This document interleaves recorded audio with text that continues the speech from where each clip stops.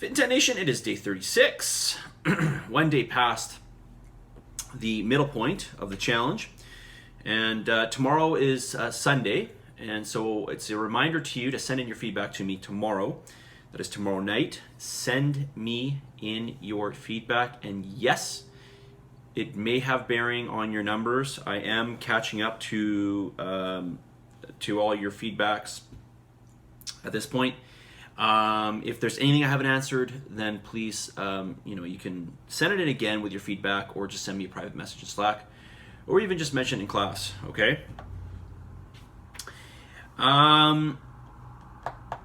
Okay, this is just a general reminder with your training, all right? So everything you do in the gym, whatever rep range I give you, and I know you've heard me say this, you probably have heard me say this before, but I want to remind you again.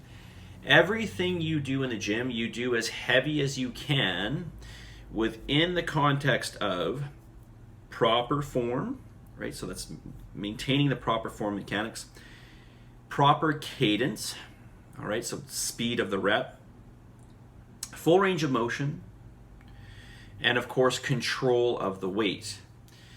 You need to be in control of the weight as well, okay? So within that frame of context, you need to go as heavy as you can, okay, for whatever reps I give you. Now, if you're doing a bigger movement, like I mean like a squat or a bench press or a deadlift, or an overhead press perhaps, or maybe even a row, you're going to take a couple sets, right, at least, or maybe more, to build up to this weight. Because you need to warm up and you need to get your nervous system primed for that heavier weight. You can't just simply jump to it. So, obviously keep that in mind as well. All right. But the point is, by the end of when you reach the end of your working sets, right? When you get to that second last set, or that very last set, at the very least, that very last set, you need to be working to failure. You need to be training heavy enough that you're getting failure within the rep range that I've told you to do. Okay? All right. Okay. Question here. Should we be seeing changes in our cardio performance? 100% you should. 100%. Because your cardio is pretty hard at this point. So you're going to see an improvement in cardio. But even if you actually didn't do any cardio, even just from the fact of doing these like 10 rep squats, that is going to, that's really going to help your cardiovascular. Okay, I know some people even said to me like, I went hiking, whatever last week, or I've been cycling up hills and I noticed it's just way easier. Yeah, because you are building up you're building up the endurance in the muscles, okay? So there's just while we're on this topic, there are different aspects to cardiovascular performance, right? There's the ability of the muscle to not fatigue, right? Which is more stamina. So your stamina is getting better. There is the ability of your body to take in oxygen, right? Your lung capacity. So there's that component. There is the ability of your body to take in oxygen, to move it through the lungs and into the bloodstream, and then from the bloodstream to wherever it has to go, right? And so that can become more efficient as well. So there's different aspects of these types of things that we often just call cardio that improve through different means of training, okay? Now, obviously, weight training is not really, the primary focus of weight training is not to, at least what we do in class, is not to improve that, but it is just a side point. It will improve to some degree. All of that will improve with weight training, okay? But you're going to see more of that with your cardio. So again, should we be seeing changes in our cardio performance? Yes, you should be seeing an improvement in your cardio performance, 100%. You should see your heart rate recover faster. You should see that your intervals are becoming, I don't want to say easier because I'm making them harder, but if you went back and revisited older intervals, they would be easier for sure than what they used to be.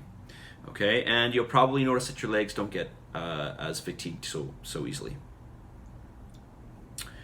All right, okay, question number 2. Opinions on Boost meal replacement. Oh man, I wrote down this question, I forgot to go look at Boost. Okay, I've looked at Boost before though. Okay, so not really the best meal replacement. Okay, so my suggestion to you is, okay, better than nothing, yes. But listen, it's really like, it's pretty low protein and it's high in sugar. So like, you know, listen, a lot of these convenience, even if they're like meant to be healthy, they're not really. They're just not. And I know it's fortified with vitamins and minerals. I don't know how bioavailable they are, and I don't know, you know, which, you know, what they're bound with. So, you know, yeah, they're in there. Can your body get them? I'm not really sure. But just remember, you get what you pay for. I think Boost is pretty cheap. It should be pretty cheap looking at the ingredients.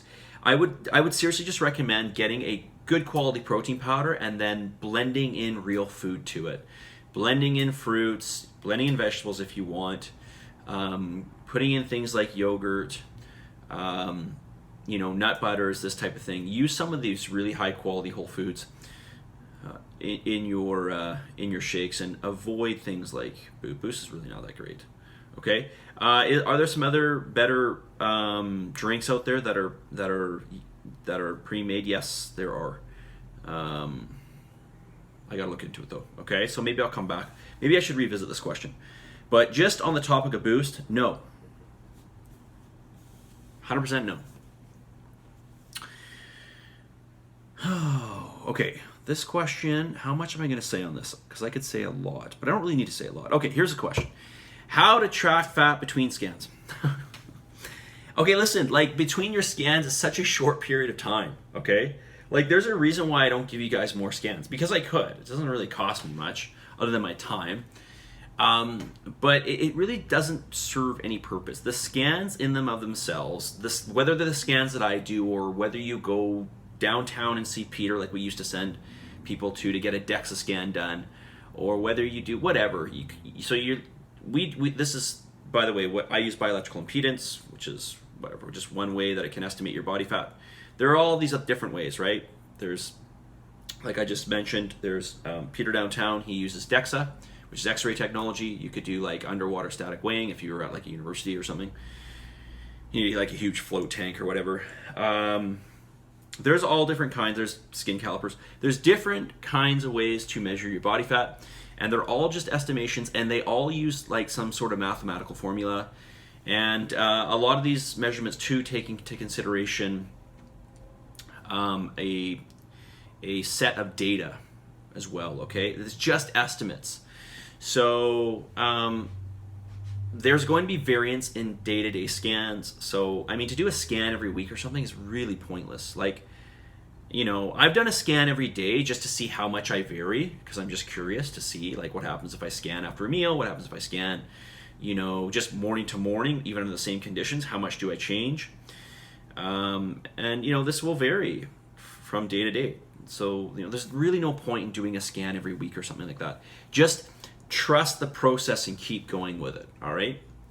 I mean, to be honest with you, like, even though this challenge is 10 weeks and it seems like it might be a long time, this is like just a little taste of what, you know, your potential is, or what you can achieve over years and years and years of doing this. Okay, and I know maybe for a lot of you, or maybe all of you, you're not really interested in that. But when you start looking at fat loss as a day-to-day thing, and listen, I don't want to say that's not important, because it is important in terms of doing the right things on a day-to-day basis. But if you're trying to measure it on a day-to-day basis, it doesn't work like that, okay? It doesn't. All right, so I wouldn't worry about trying to track fat. In fact, if you try to track it on a day-to-day basis or a weekly basis, you're probably going to get frustrated because you may not see the numbers that you want to see. Okay, it's just too close. I mean, how close do you want to measure it? Like, you want to measure it every hour?